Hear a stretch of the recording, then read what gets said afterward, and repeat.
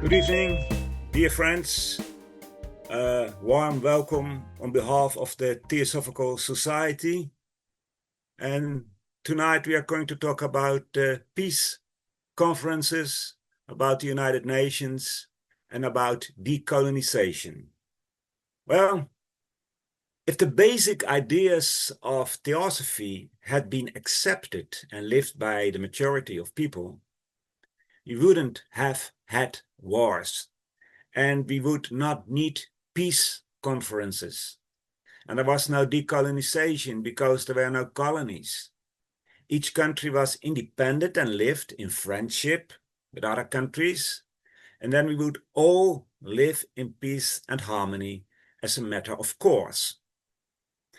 I will therefore first discuss some of these basic theosophical ideas before I address peace conferences and decolonization. Well, here is the first basic idea. Everything is alive. All life is one. Life, says Plato, is self-movement.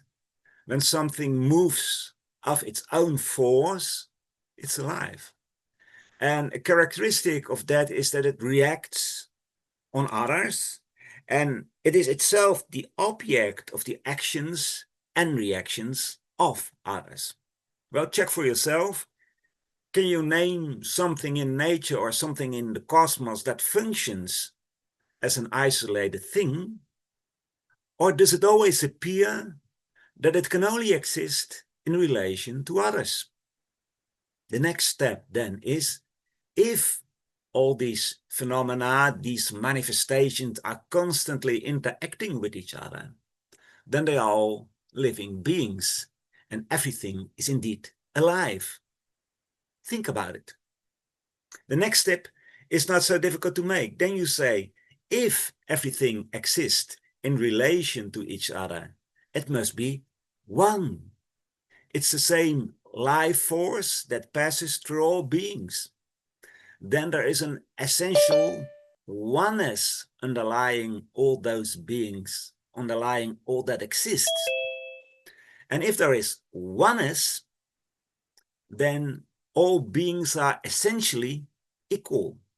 They are not merely similar, no, they are identical. We introduced this idea to you in the first lecture of this series by discussing monads. And monads, centers of consciousness, essentially limitless. Well, if every being is at its core a monad, a God spark, a spark of the eternal burning fire, then in the most literal sense, we are all equal at our core. We differ only in the extent to which and in the way in which we made the potentials from that core active. Some have developed many of the inequalities, others less, but that doesn't diminish the essential equality. And this leads almost naturally to the following fundamental principle. All beings are interconnected. There is universal brotherhood. If all beings relate to each other, then they must also be connected to each other, because a being cannot relate to something if there is not a certain bond between those different beings. Is it not a logical assumption that this connection is the result of the unity, of the oneness that underlies everything, and that oneness means that brotherhood is a fact in nature? The next one, between all beings, there is an ongoing interaction. All beings grow by interacting with each other. That actual brotherhood implies that all beings are one. Together they are an ocean of being. Every drop in the ocean is the whole ocean, is therefore also those other drops in that same ocean. And that ocean represents the boundless space. Each drop is a monad, a being in that boundless space. There is not such a thing as a piece of boundlessness. Two boundlessnesses don't exist. so we are all one. And we are in constant communication, in interaction with each other. And that interaction means growth. And growth means making active, bringing out, develop more and more from our own core, from the monad that we are in the depths of our being. The monad is a limitless source of forces, potency, skills, wisdom, and by living with each other, by interacting with each other, being with each other, we develop more and more of those inner forces and potencies. The oneness of humanity is the starting point of all ethical action. It should lead to a society in which these principles take shape. Now you may say that we see very little of those principles in our daily life. Rather, we see the opposite. This is unfortunately true. But the reason is that we are still in a learning process. In fact, we have only recently begun to think. We are absolute beginners, to quote David Bowie. In the first lectures of this series, you have heard that the Manasaputras, divine beings, awakened our mind 18 million years ago. From that moment on, we were human, because human means thinker. And of course, we have always existed as a monad. But because thinking, our mind had not yet unfolded, we were not, strictly speaking, human beings yet. In the early stages of our humanity, the toddler stage, we listened to our divine teachers. And the principles are outlined above. We followed instinctively, without asking ourselves questions, just like toddlers blindly adapting their parents' truth.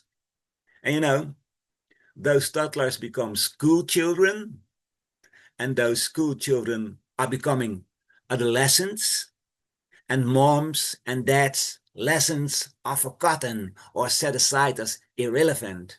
And of course, that is not true for everybody, but for a lot of young people, it is. They go their own way. The same thing happened with humanity. The lessons were forgotten. We forgot our instinctive knowledge. At least that was the case for the vast majority of people. There was, however, always a small group that did continue to live by the principles of unity and universal brotherhood.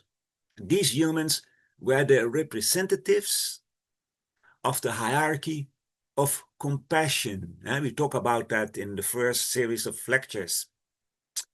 They could not just give their knowledge to humanity, those humans, for it would undoubtedly be misused by selfish humanity. Nevertheless, there were constant attempts to bring the message of unity. And out of these messages arose the great religions and philosophies. By now, most of us have outgrown the adolescent stage. And in fact, therefore, we should live at least a little bit more according to the principles I gave you.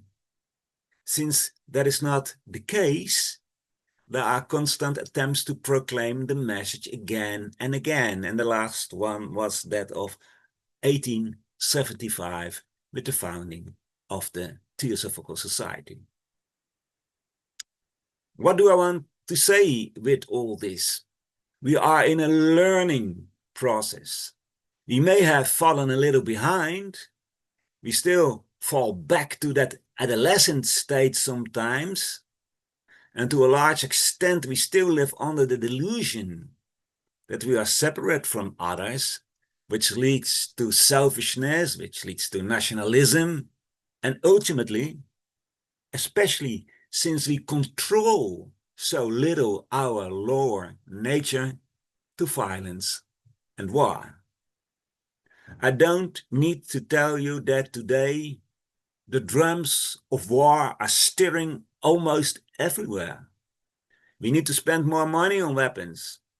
There is a general fear that the enemy will attack us. I've even heard that children in Polish schools are being taught how to use weapons. But wouldn't it be better to arm ourselves in a different way? Can't we arm ourselves ethically? We will have to ask ourselves some questions. The question what we are, who we are, whether we are enemies of each other. It's time for us to seriously consider whether the image presented to us by Theosophy, the image of oneness, in which essentially boundless mothers interact with each other and live thanks to each other and are in a great pilgrimage with each other. It's time to seriously explore these ideas. As we humans develop more awareness of the fact that humanity is a unity, our responsibility towards the world will also increase. First, of course, with respect to our own environment, but our responsibility actually extends to all of humanity. We have duties to others. We'll talk about human rights later in relation with the United Nations, but those who demand rights also have their duties. And he who does his duty has rights. Based on the 7 paramitas from Buddhism, we have formulated 7 universal human duties. This is the first one. You respect all life. Everyone has the right to shape their own life as they wish, provided that it is not at the expense of others. Respect does not mean tolerating selfishness. True respect arises when we regard people as gods in the making. But we don't have to close our eyes to their selfishness and misbehavior. Respect implies that you will never be a spectator. This is the 11th commandment that Moses did not hear on Mount Sinai when he received the 10 commandments, but it is essential. You see injustice taking place and you remain silent. That is not respecting your fellow man. How does Helena Blavatsky describe this? In The Voice of the Silence, he says, inaction in a deed of mercy becomes an action in a deadly sin. And this certainly applies in world politics. A country commits injustice, kills its opponents, oppresses those who think differently. But we pretend we don't see it because we enjoy trading with that country.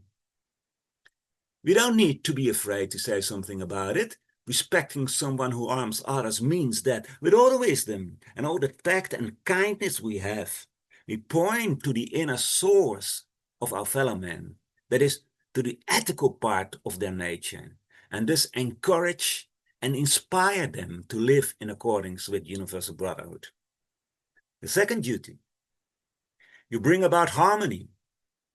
And by harmony, we mean no static state. On the contrary, it's the interactivity that we were talking about. If everyone contributes from their own knowledge, from the wisdom they have developed, the skills they were born with, and which they can work out in their life, in short, if everyone contributes to the whole, to society, then there is dynamic harmony. Karma nemesis, the retributive karma, is no longer there because no one goes against the laws of nature. And don't think of a lazy state where everyone thinks and does the same thing. Each person has his own dharma, his own specific abilities and the obligations that arise from them. And we can't miss anybody. The next one You share your wisdom. In other words, you bring in what you know and can for the benefit of the whole. You never develop yourself for your own bliss, not even for your city or your country, but for everybody, for the global community. Another duty, you actively express your abilities and talents.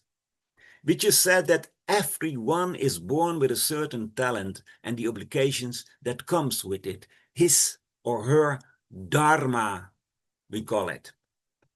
That means that you have a duty seen in the light of the totality of life, that you also express those abilities. In fact, this means that you become yourself, you become what you have made of yourself in the past. In this new incarnation, you bring yourself back to activity. And if you don't do that, you not only deprive yourself of certain abilities, you actually deprive the society you are part of certain opportunities. You cannot separate yourself from society. So if you don't develop yourself as you have made yourself in the past, and you did so in previous lives in cooperation and interaction with the people with whom you also live now, karma works always and everywhere. You always reap what you have sown. So if you don't do that, you are actually depriving society of something which is of your contribution. Next one, you work on expanding your knowledge and abilities. Everyone runs into the limit of their abilities and knowledge at some point, but that's not a big deal. We are growing, learning beings, but if you remain stationary, you go against universal laws.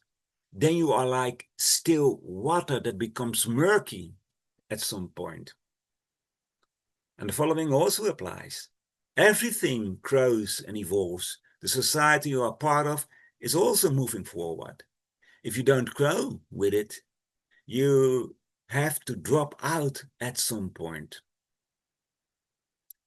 The next one, you experience compassion as the keynote of your life.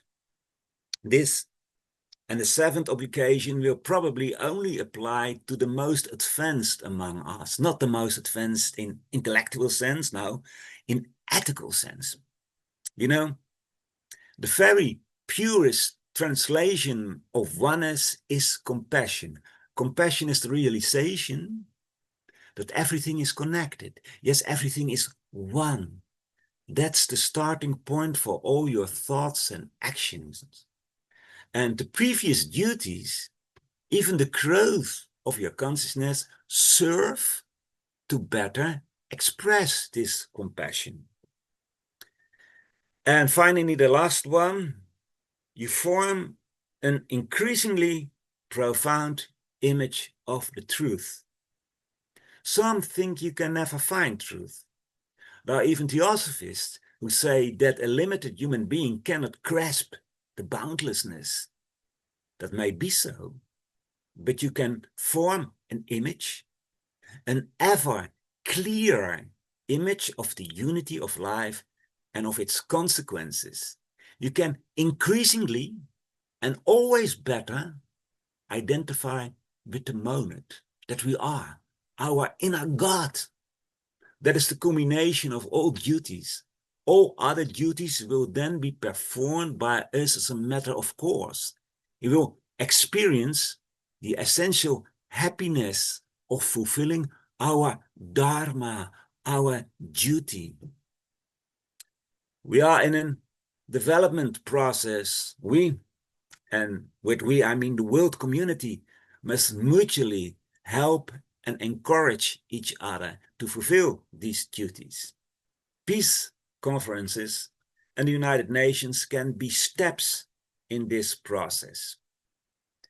When the Theosophical Society was founded in 1875, the idea that countries could solve their problems in cooperation with each other didn't exist. didn't simply exist, nor did the idea of equality exist. Many European countries had colonies, and some countries had not even yet abolished slavery. War was considered a natural phenomenon, like a storm or an earthquake. After all, there was always war. There were dozens of smaller and larger wars in Europe alone in the 19th century. There were even people who found war useful. Although in European countries Christianity was the dominated religion, the sixth of the 10 Commandments, thou shalt not kill, had no impact at all. You only die if God calls you, was a slogan with which young men were sent to the battlefield. And if you died, it was an honorable death. The field of slaughter was therefore called the field of honor. Another strange argument was that if there were no war, the population would become too large. Fortunately, at the end of the 19th century, there were also those who argued strongly against war, such as Count Leo Tolstoy, who was inspired by the Sermon on the Mount and was against any form of violence. There was an Austrian writer, Bertha von Suttner, who in her novel Lay Down Your Arms chronicled the horrors of war. And it took on a lot of effort to publish the book, but in 1889 it succeeded. Her novel caused quite a stir. No doubt there will have been more people, known and unknown, who denounced the madness of war. Any real change begins with a small group, and it always takes place first of all, in the mental realm.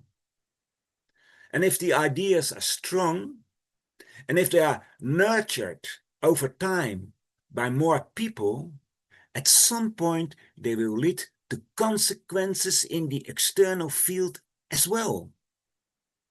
A powerful belief in progress emerged among people in the late 19th century. Many believed that we were at the dawn of a new era. Slavery had been abolished in a number of countries, so why couldn't we also abolish war? The changing mental climate led to 2 peace conferences in The Hague. This is an important lesson to learn, especially in today's troubled world in which there are so many aggressors, so many power-hungry people. What should you do about that? What can we do? Not an easy question. Karmic causes have led to these selfish people coming to power in our world.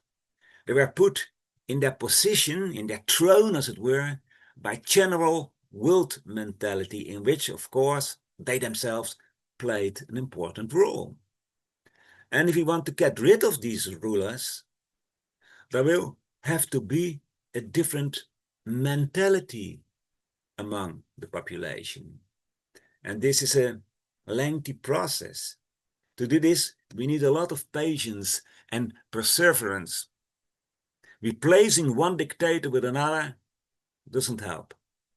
If the population remains stuck in a certain mentality, nothing will change permanently. Of course, it is difficult to determine how certain ideas emerged and spread at the end of the 19th century. No doubt, the founding of the Theosophical Society, with its strong emphasis on unity and brotherhood, contributed to the emergence of peace movements, which eventually took shape in peace conferences. It was the Russian Tsar, Nicholas II, who initiated the first Hague Peace Conference. He invited several European countries and the United States, at the time the most militaristic leaders of those countries could not imagine that you could also resolve your differences by talking. They believed they could serve their country only through a strong army. During those months of congresses, there were all kinds of peace activities throughout the Netherlands. Numerous foreign guests gave lectures. Women started organizing themselves and demanded suffrage, the right to vote. It is interesting to see how that peace movement went hand in hand with the struggle for women's rights. The third leader of the Theosophical Society, Point Lomond, Catherine Tingley, was also at both peace conferences in The Hague. She was traveling with her students from the Raja Yoga School, and she made a strong appeal for world peace. The results of the first conference were, from our current perspective, perhaps a little bit poor, such as not being allowed to handle certain weapons. The great achievement of the conferences, however, is that some principles of humanity and reason were generally recognized. And the second peace conference led to the Court of Arbitration and the construction of the Peace Palace.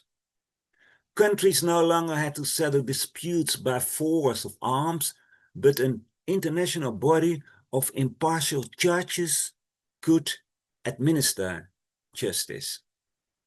The Peace Palace is still in operation. It houses the International Court of Justice and the International Criminal Court. These two conferences were the prelude to the later League of Nations and still later to the United Nations. We all know that the Hague conferences failed to prevent the two world wars. Too many causes of hatred and violence had already been sown, karmically speaking. Nevertheless, world thinking has changed. Something of unification, of a unification spirit took shape. And after World War II, the United Nations was established. And that's a big step forward. Although the UN is still far from functioning optimally. Of the UN General Assembly, every country is a member, but it has little influence. More influence and power has the Security Council. But this council, they have 5 permanent members of that Security Council, all with nuclear weapons, have the right of veto, and they can therefore torpedo any decision. Onto that, how strange is it that, for example, a country like India with 1.4 billion inhabitants is not represented in the United Nations Security Council. In short, the United Nations definitely needs to be updated on certain issues so that it can truly represent the world's population. In 1948, the Universal Declaration of Human Rights was drafted. In fact, this is yet another attempt to protect the rights of every human being on Earth. It may seem like this was the first time, but it is not. You must also realize that there is cyclicity in the universe. Everything is alive, we stated before. All manifestations, all phenomena, whatever you want to call it, are living beings. And a characteristic of living beings is that they are subject to the periodicity of life. In other words, there are cycles, phenomena, people, ideas, they come and go and come back again. and if all goes well, they come back stronger, better, nobler. Humans reincarnate cyclically, but groups of people and their ideas also reincarnate cyclically. And therefore, over the course of many, many centuries, attempts have been made to protect human rights and bring about peace. We've listed them, and this list is certainly not complete. We don't have time now to discuss all those cases, all those people and declarations, although that could be interesting. So the Universal Declaration of Human Rights is not new, but it is very important. You find very clearly some theosophical principles in there. Just compare the calls of the Theosophical Society with some articles from the Universal Declaration of Human Rights. The first and primary objective of the Theosophical Society, formulated in 1877, was as follows: to form the nucleus of universal brotherhood in the broadest sense of the term. Compare it to the first article of the Declaration of Human Rights, formulated some 75 years later. All human beings are born free and equal in dignity and rights.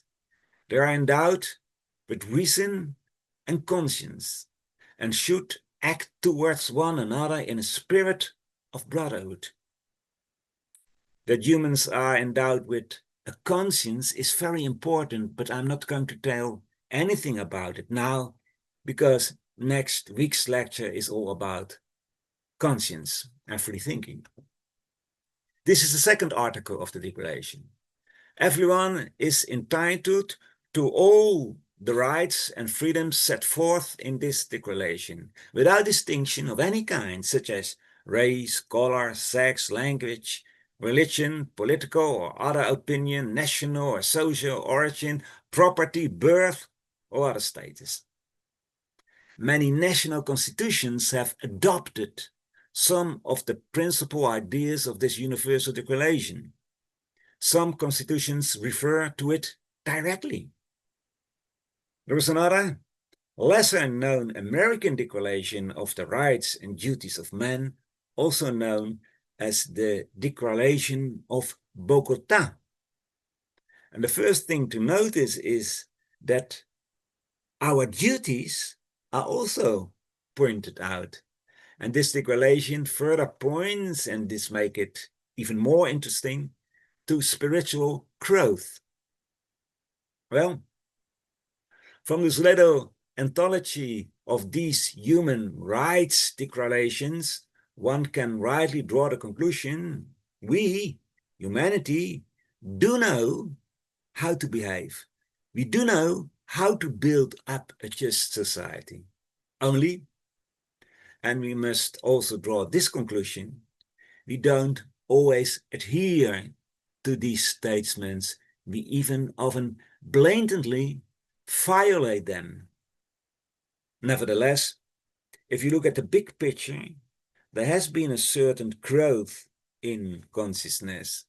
The idea of unity, equality, and brotherhood is undoubtedly stronger than in the 19th century. We must cherish these values and continue to implement them. Each new generation must be taught anew, or perhaps more accurately, it needs to be consciously reminded that the unity of all humankind is there. So we have to promote human rights, the unity of humanity, universal brotherhood. It is necessary to keep teaching them at all levels. It would be good when in every school, starting at an early age, these ideas of unity, of the rights and duties of man, of the respect that one should show toward another, would be taught. When this idea is diluted, the idea arises that one nation is wiser is more civilized, is better than another. And especially when this narrow-minded nationalism is topped with a religious South, countries believe they have the right to conquer other countries, exploit them, and consider the people living there as inferior, sometimes even in such a way that you ship them off to another continent as enslaved men and women. Colonialism has existed for many centuries. There are many pitch black pages in the history book of mankind. And if you want to avoid adding more black pages to it, the mindset of humanity must change. We began this lecture on purpose by emphasizing the essential oneness and infinite possibilities of every human being. Reflecting on that unity, you will realize that brotherhood is a fact in nature. Yes, the idea of universal brotherhood is the core idea of Theosophy. And the Theosophical Society itself can serve as an example of how to live universal brotherhood. Anyone can join the TS, provided he or she subscribes to the idea of brotherhood. And in the early years of the TS in India, which was then a British colony, there were some British who objected to the idea of universal brotherhood. They thought it inappropriate to study Theosophy along with colored Hindus, who in daily life were their subordinates or servants. Besides, they believed that Indians had very different customs. And while these Englishmen were eager to study the occult phenomena, they did not understand the idea of universal brotherhood very well. In some letters, however, the masters let it be known very clearly that if the idea of universal brotherhood is abandoned, they would immediately withdraw. And that would mean the end of the Theosophical Society. Those who are not in a position to understand or accept the idea of brotherhood are not welcome in the TS. They should seek refuge elsewhere. That's pretty much how their message was. In the Mahachohan letter, we have already quoted from that letter a few times in this series of lectures. The master of the master makes it clear, and I'm using now my own words, that the nations in power should be the first to concern themselves with the nations or races who are oppressed by them, who have been colonized by them, and who have therefore been forced into subordinate positions. They often live in distressed conditions. The white race, the Mahachohan says, must be the first to stretch out the hand of friendship to the black nations. Now you may think this time is over. Now we are living in the 21st century and there are no more colonies. The countries of the African continent were the last to free themselves from European colonizers. And therefore, you might be thinking that with the term decolonization, we are harking back to the past. And the countries of the global south are all independent nowadays. All have their own government, whether democratically elected or not, and all are members of the United Nations. However, it all depends on how you define the term colony. If you take it to mean that one country physically, economically, or mentally dominates or oppresses another country to such an extent that that country cannot be itself, then I'm afraid colonialism still exists and is even increasing. The mentality of domination has not yet been overcome, unfortunately.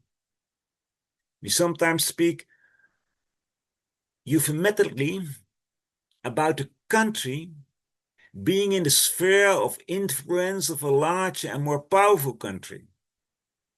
That country appears independent, but economically, militarily, and sometimes even culturally, it is completely dependent on the country in whose sphere of influence it lies. In international politics, this mentality of power dominates, in which the powerful countries, those with the strongest armies and the most advanced weaponry, want to call the shots and remain in charge, with no regard for the honest desires of smaller or less powerful countries. Because of this international politics, we often feel powerless. What can we do?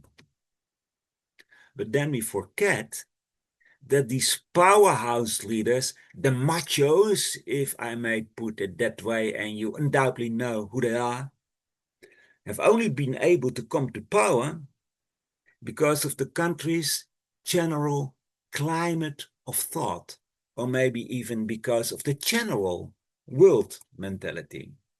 But we are not doomed to participate in that sphere of thought.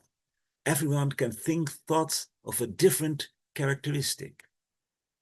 And therefore, it is a bitter necessity, if you want to change the state of the world, that you must always adhere to the principles of equality, cooperation, unity, and brotherhood.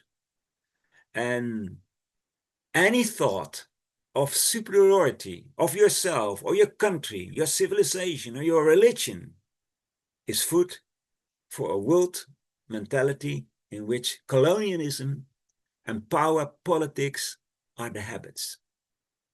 Now you can say, who am I compared to millions of others? In the first place, you are a human being, an essentially divine being, and you are certainly not alone. You can belong to that small core, that small group that strikes a different, a more humane tone in world thinking. Then you actually become a co-worker of the hierarchy of compassion. William Quan Church, the second leader of the TS Point Loma, says that if there were 500 truly selfish members in the Theosophical Society, all focused on the same lofty goal, we would be able to sweep the whole world with our thoughts.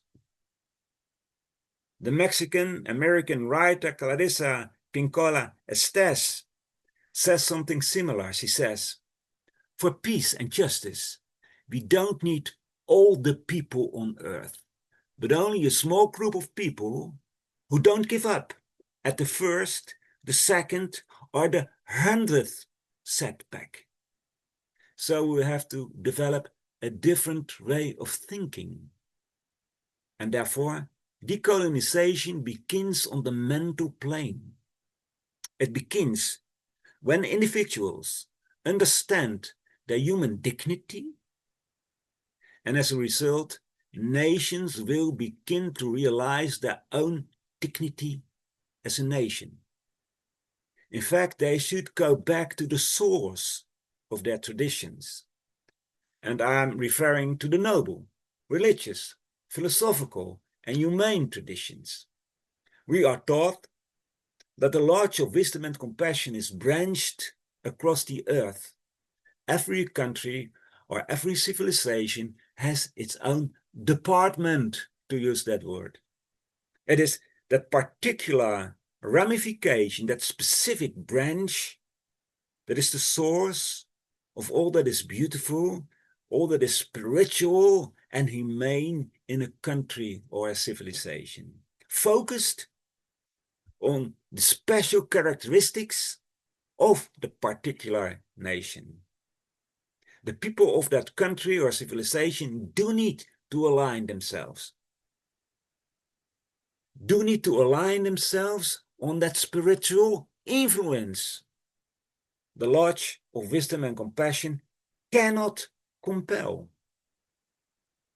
even when a country is colonized or in danger of being colonized, that silent influence of the large remains there. But even now, the population must adjust to it. And often you see, however, unfortunately, one adopts the very bad habits of the conqueror. If it does so, ignoring its own spiritual roots, the country will remain a colony, a mental colony at least, even if it is declared independent. Of course, the country that dominates other countries should also return to its own spiritual traditions. Be, as a nation, mentally independent, or as Mahatma Gandhi in India's freedom struggle kept telling his countrymen, earn your independence. We know that Gandhi was inspired by Theosophy. It was thanks to Theosophists that he learned about the Bhagavad Gita, a book of his own religion. And partly because of that book, he learned that he should see the opponent not as an enemy, but as a friend. On the one hand, every human being and every country must be an example of justice, compassion, and humanity. Otherwise, you don't earn your independence. Gandhi, therefore, made a strong case for the abolition of child marriages, of the burning of widows, and above all, that temples be opened for the Dalits, the untouchables, the pariahs, as they were disdainfully called. And later, also for the cooperation, the mutual acceptance of the different religions of India, especially the Muslims and Hindus. Gandhi is famous for his hunger strikes, and many think he did those to get the English to leave India. However, the hunger strikes always targeted his own countrymen, on opening the temples to all, on peace between Muslims and Hindus. That's what Gandhi meant by you have to earn your independence. When British India was split on Independence Day into a Muslim and Hindu part, India and Pakistan, and there were celebrations everywhere, Gandhi retreated to his ashram. He was not happy. He had failed to reconcile Hindus and Muslims. Every dividing line, every sense of separation always leads to new conflicts. And how did Gandhi get it right? Not only did riots at India's independence cause millions of Muslims and Hindus to die, the newly formed countries of Pakistan and India fought several wars, and as was clear last week, you heard it on the news, still live in enmity with each other. It was therefore not unjustified that Gandhi emphasized India's ethical standards and the unity of its people, linking these to independence. And of course, that did not take from the fact that he also advocated independence. Gandhi was never a leading figure in the Congress Party, a party that, by the way, was founded with the help of many Theosophists. By deliberately violating the unjust laws imposed by the British on India, he tried to promote independence, but always in a non-violent way. Gandhi never saw the British as enemies. And as a matter of fact, he used to say that India should become independent, but the English should live as friends. Another inspiring example is found in a very different part of the world, in southern Africa, the country of Botswana. This country was also colonized by the British, and it did not gain its freedom until the 1960s. And some governance issues, Botswana took over from the British. There is an elected president, there is a parliament, but the underlying philosophy of Ubuntu largely determines the mental climate. So this country went back to Africa's own spiritual roots. The central idea of this African philosophy is, I am because we are. In other words, a human being can only exist because oneness underlies diversity. In practical terms, this means that a person can only be happy and live a meaningful life if others are also able to do so or are enabled to do so. Archbishop Desmond Tutu described it as follows. He says, someone with Ubuntu is open to others, devotes themselves to others, does not feel threatened by the ability of others because they draw enough self-confidence from the knowledge that they are part of a greater whole.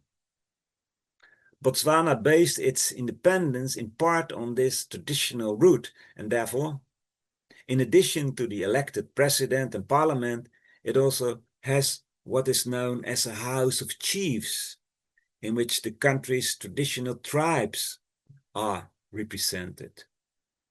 Ubuntu is an African articulation of the idea of universal brotherhood, and the example of Botswana proves that it does not have to be just a theory. Gandhi's struggle for independence and Botswana practical Ubuntu are therefore such fine examples because in both cases unity is assumed, and that unity is shaped in the typical characteristic way of the respective country. The Theosophical Society has always emphasized the oneness of all life, but never plead for uniformity. We don't have to think the same, believe the same, or wear the same clothes. Certainly not. Everyone, wherever you live, whatever your social status is, can develop the idea of unity in their own way, according to their own consciousness and their own understanding, and can shape that idea in everyday life. It is a diversity of people that allows us to live together. Everyone can contribute their own talents, their own ideas to the totality. And the totality enables everyone to do that. Everybody is part of the totality. We can all make our own unique contribution. And if we do that in harmony, then as a country, we create an example for other countries, because what applies within the borders of one country also applies between countries. Countries can mutually help each other materially, mentally, and spiritually. So let us not be limited by all kinds of fictional borders which separate one country from another or separate one religion from another. We are global citizens, inhabitants of the earth, and we have a solar element on top of that. Yes, even an element of the cosmos. How foolish it is to regard the place where your cradle stood as essential. When the inhabitants of a country live their most noble traditions, a just country emerges, and that will have its impact on other countries. And we have enough sources of wisdom to arrive at a just country. And you see, the philosophy of life is there. We have enough knowledge, we have enough wisdom to recreate the world. But to quote one of the masters, we don't compel, we inspire. We have no magic wand, no formula, no compulsions. And even if we had, it wouldn't help us because we cannot change others. We can, however, be the inspiring example, showing in thought, in word and deed that the idea of unity, the idea of brotherhood is not an empty concept for us. Don't be discouraged by the state of the world of today, but be aware of this essential truth that Gautama, the Buddha, gave us. One day, every being will be a Buddha. Every being has the divine qualities within it. We don't have to be powerless. We must do everything we can to allow those divine qualities to express themselves. Well, we now have a 3-minute break, and after that break, there is some time for questions, and then we begin our study on Zoom. And if you don't have the Zoom link yet, go to our website and ask for it. So I see you in 3 minutes. Welcome back. Erwin, are there any questions? Not on the YouTube chat, so I guess we can ask everyone for a minute of patience and then start the Zoom. All right. The Zoom study. Okay, I hope to see you again next week. And I think we have a lot of stuff given by our teachers, the masters, Blavatsky and other Theosophical teachers to think about, to ponder about, and I hope it will help us to inspire our fellow human being, because really the world needs it. So we are ending with the Gayatri of the Rig Veda, an appeal to our inner divinity. Okay. O thou, golden sun of most excellent splendor, illumine our hearts and fill our minds so that we, recognizing our oneness with the divinity, which is the heart of the universe, may see the pathway before our feet and tread it to those distant goals of perfection, stimulated by thine own radiant light.